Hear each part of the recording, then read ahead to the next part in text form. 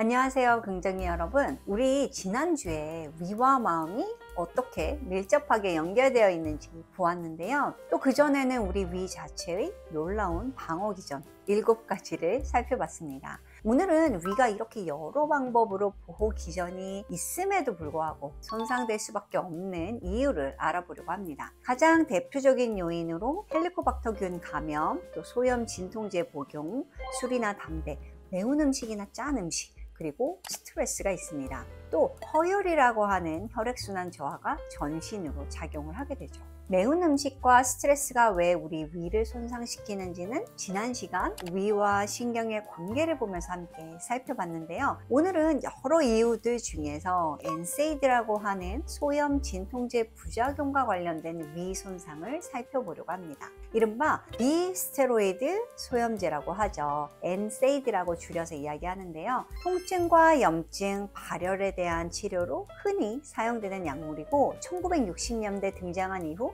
현재까지 가장 많은 사람들이 복용한 약입니다. 현재도 수천만 명의 사람들이 여러 이유로 복용하고 있죠. 뭔가 으슬으슬 감기 기운 있을 때 독감, 긴장성 두통, 편두통, 관절염, 허리 통증, 월경통, 연조직겹, 수술이나 외상 후 통증, 요로개 통증, 근긴장, 그 외 다양한 염증성 질환에 작용을 합니다. 그리고 그 사이 아주 의학과 제약이 발전하면서 이렇게 다양한 종류의 약제들이 나오고 있습니다. 약제들이 복용이 누적이 되면서 문제는 우리가 새로운 사실을 알게 됐는데요. 2000년 전후쯤 치명적인 부작용들이 의미 있게 생긴다는 연구들이 누적이 되기 시작했습니다. 그래서 약물 부작용이 생각보다 심각했고 가장 대표적인 것이 위 천공으로 인한 사망, 급성 심부전, 심근경색이나 뇌경색과 같은 치명적인 부작용이 발견이 됐습니다. 왜 염증을 조절하는 약인데 어떤 사람들은 위에 구멍이 나고 콩팥이 망가지고 심장병이나 뇌경색을 겪게 되는 걸까요? 오늘은 무심코 먹는 소염 진통제 부작용을 알아보고요. 위와 관련해서 또 그 다음에는 이 엔세이드와 연장해서 여러분들이 다른 부작용, 그러니까 콩팥이나 심혈관을 생각했을 때 어떤 소염 진통제를 선택하셔야 되는지 같이 이야기해 보려고 합니다. 우선 소염 진통제가 효과를 내는 기전을 먼저 알아봐야겠죠. 그 기전을 이해하면 우리 위가 왜 고생하게 되는지 알 수 있습니다. 보시는 그림과 같이 대사 과정을 잠시 살펴볼 건데요. 이전 그림에서 위 점막 보호의 중요한 물질로 프로스타글란딘을 말씀드렸는데요. 이 프로스타글란딘은 고리형 산소화 효소라고 하는 콕스가 있어야 활성화가 됩니다. 합성이 되는 거예요.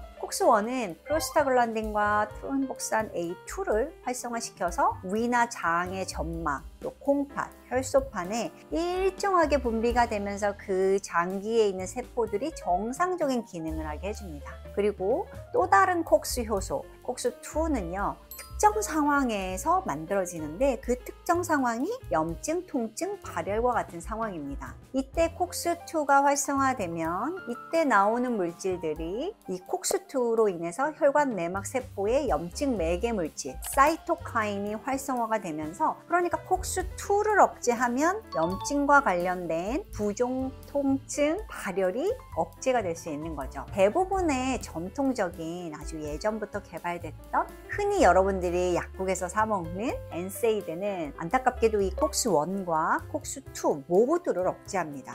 콕스1도 억제가 되는 바람에 위가 아프신 거죠. 이거는 뭐 굳이 이렇게 막 복잡하게 설명하지 않아도 여러분들이 소염 진통제 드시면 속쓰림 경험하시는 분들 계시잖아요. 같은 이유입니다. 그러니까 염증과 통증을 감소시키는 효과는 있지만 동시에 위장점막 보호 기능의 감소와 같은 부작용이 생기는 겁니다. 참고로 더 상위 단계를 억제하는 것이 있으니 바로 스테로이드입니다. 이 스테로이드는 그래서 다른 기전으로 면역과 또 연결이 되는데요. 이 부분은 또 다음에 기회가 되면 설명드리도록 하고요. 이에 비해 또 새롭게 개발된 약들, 우리나라에서는 세레콕시브라고 하는 약으로 여러분들이 많이 이용하고 계시는데요. 콕스2 선택적 약제가 있습니다. 콕스2만 선택적으로 억제하는 거죠. 그러니까 상대적으로 콕스1은 기능을 할 수 있어서 위 손상이 덜할 것이라고 생각합니다. 근데 이제 문제가요, 상대적으로 콕스1 강도가 높아지다 보니까 심혈관 부작용이 있다는 연구들이 나오고 있습니다. 지금 제가 여러 연구들을 쭉 보여드리고 있는데요. 이게 엔세이드의 종류별, 아까 여러 가지 엔세이드가 있었는데 효과가 어떤지를 보는 연구들입니다. 엔세이드 소염 진통제 효과를 확인하는 연구는 대부분 관절염 환자를 대상으로 진행된 것들인데요. 단기간 처방하면 명백하게 효과가 확인이 됩니다. 엔세이드 약물 간의 효과 차이에 대해서는 여러 연구들이 정말 많았는데 결론적으로는 다 비슷비슷하다, 차이가 없다 이렇게 알려져 있습니다. 효과가 비슷한 다양한 약제가 있다면 이제부터 부작용이 적은 걸 선택할 일이 남았죠. 안타깝게도 부작용은 매우 다양해서 어떤 부작용은 또 좀 꽤 치명적입니다. 이번 시리즈는 위 건강에 초점을 맞춰서 위와 관련된 엔세이드를 이야기를 하는데 우리 몸은 사실 위만 있는 게 아니기 때문에 그 외 치명적인 부작용도 여러분들이 아실 필요가 있어서 그 부분도 정리를 해서 알려드리도록 하겠습니다. 일단 콕스1과 콕스2가 억제되는 정도에 따라서 발생하는 부작용이 다양한데요. 대표적인 것은 위와 장 점막의 문제, 그 다음 콩팥의 문제, 지혈 촉진으로 인한 심혈관 질환 문제가 있을 수 있습니다. 위장관 문제부터 살펴보고요. 다음 시간에 우리가 콩팥과 혈관, 또 일부의 약은 간에도 좀 치명적이어서 이런 부작용들을 이야기해 보려고 합니다. 엔세이드의 대표적인 부작용, 그러니까 위장관계 부작용은 적게는 10%, 많게는 60% 환자들이 느끼시고 있는데요. 60%의 환자들 대부분 소화불량이나 속쓰림을 경험하고 있고요. 20에서 30%의 환자들이 위나 십이지장 궤양을 경험하시고 1%에서 1.5%의 분들은 이런 궤양이 더 심해져서 구멍이 나는 거죠.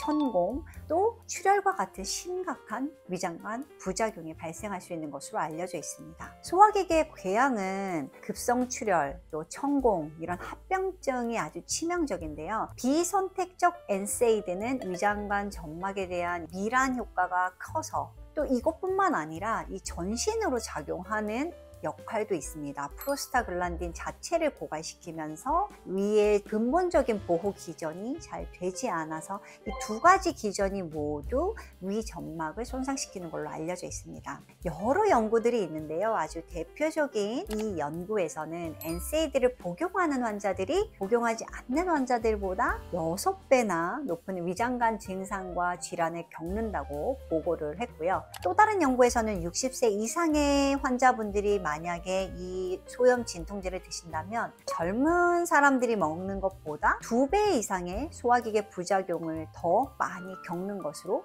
보고가 되었습니다. 엔세이드 부작용은 과거에 주로 위에만 집중해서 보고가 됐는데요. 최근에는 비디오 캡슐 내시경, 이런 기술의 발달로 하부 위장관에서도 소장에서 대장까지 증상이 없을 수는 있지만 점막 손상과 출혈, 또 궤양, 또 심지어는 장 폐색이나 천공에 이르기까지 다양한 손상을 일으킬 수 있습니다. 가끔 우리 대장 내시경 할 때 장염 있으신 분들 계시는데요. 그게 혹시 근래에 소염 진통제를 드시고 있었다면 원인이 될 수 있습니다. 엔세이드 유발 장병증으로 알려진 이 점막 손상이 최근에 가장 주요하게 보는 이유는 결국에는 이런 손상이 장내 미생물에도 영향을 주기 때문입니다. 일반적으로 위장관 위험 요인을 지닌 환자는 콕스2 선택적 엔세이드를 사용하시는 게 좋겠죠. 그러니까 세레콕시브예요. 그런데 우리나라는 세레콕시브가 뭐 감기 있을 때 이렇게 드실 수 있는 그런 소염 진통제는 아닙니다. 보시는 것처럼 적합하게 드실 수 있는 분들이 따로 있는데요. 이런 질병이 있을 때는 웬만하면 세레콕시브를 드시도록 하고요. 또 감기나 이런 경우에도 3일 이상 이 소염 진통제를 복용해야 한다면 속 보호제를 같이 드시는 게 필요한데요. 이때 효과가 좋은 속 보호제는 의사의 처방을 받아야 하는 프로톤 펌프 억제제입니다. 그러니까 만약에 소염 진통제를 내가 적어도 5일 정도는 계속 먹어야 되는 일이 생긴다 하시면 병원에 방문해서 상담하시고 약을 처방받으시는 게 좋겠죠. 네, 오늘은 제가 요즘에 좀 이렇게 복잡한 이야기들을 하고 있는데 여러분들이 이걸 잘 따라오시면 차근차근 우리 몸 전신에 대해서 알게 되는 경험을 하시게 될 거예요. 이게 알고 나잖아요. 별게 없어요. 별게 없으면 아주 쉽게 건강관리가 된답니다. 그 과정에 있다고 기억하시고요. 하시고요. 오늘은 제가 위 점막을 손상시키는 여러 요인 중에 엔세이드 소염 진통제에 대해서 이야기를 해봤습니다. 사실 오늘 여러분들이 기억하실 건 소염 진통제를 웬만하면 짧게 먹자, 먹을 때는 속 보호제를 같이 먹자, 아주 오래 먹어야 되면 웬만하면 콕스2 선택적 억제제, 그러니까 세레콕시브를 먹자. 그런데요, 이 세레콕시브가 다른 약제보다 혈관과 관련된 문제를 많이 일으키는 것으로 알려져 있습니다. 그러니까 만약에 여러분들이 아스피린을 드시고 있거나 뇌경색이나 심근경색 스텐트를 넣었거나 이런 이유로 또 다른 심혈관 질환이 있는 분이라면 소염 진통제를 선택하실 때 조금 더 신경 써야 되는 게 있어요. 그걸 다음 시간에 같이 이야기해 보도록 하겠습니다. 그때까지 건강하시고요. 행복하세요.